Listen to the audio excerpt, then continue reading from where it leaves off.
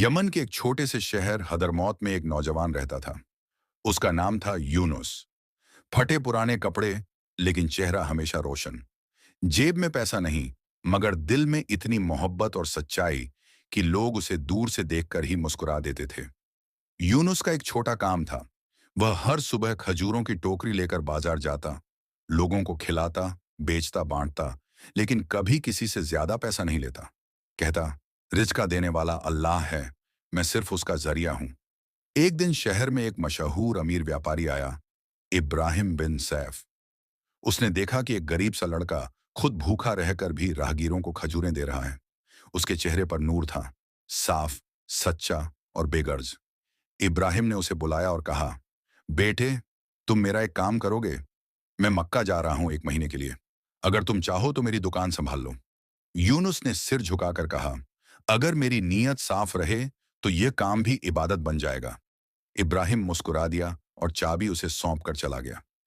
3 दिन बाद आधी रात को दरवाजे पर दस्तक हुई। एक औरत खड़ी थी, उसकी आंखों में डर था। उसके हाथ में कपड़े में लिपटा एक छोटा सा डिब्बा था। वह बोली, यह अमानत इब्राहिम साहब ने मुझसे मंगवाई थी, कृपया इसे सुरक्षित रखिए। डिब्बा भारी था। यूनुस के दिल में ख्याल आया, यह कोई कीमती चीज है। लेकिन उसने उसे अलमारी में रख दिया और दिल ही दिल में दुआ की, या अल्लाह, मुझे अमानत में कभी खयानत न करने देना। अगली सुबह एक आदमी आया, जो डिब्बा रात में मेरी बीवी ने दिया था, वो हमें वापस चाहिए। यूनुस ने धीरे से कहा, माफ कीजिए, वो अमानत मेरे मालिक की है, मैं उन्हें दिए बिना किसी और को नहीं दे सकता। आदमी गरज कर बोला, तुम चोर हो, वो हमारा था। भीड़ इकट्ठा हो गई। कुछ लोग बोले, अरे दे दो, क्यों झगड़ा कर रहे हो? लेकिन यूनुस अपनी जगह खड़ा रहा। मैं अपनी जान दे सकता हूं, पर अमानत नहीं तोड़ सकता।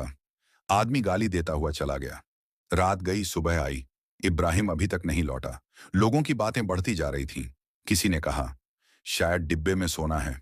किसी ने कहा, एक गरीब लड़का कैसे बचेगा ऐसे लालच से?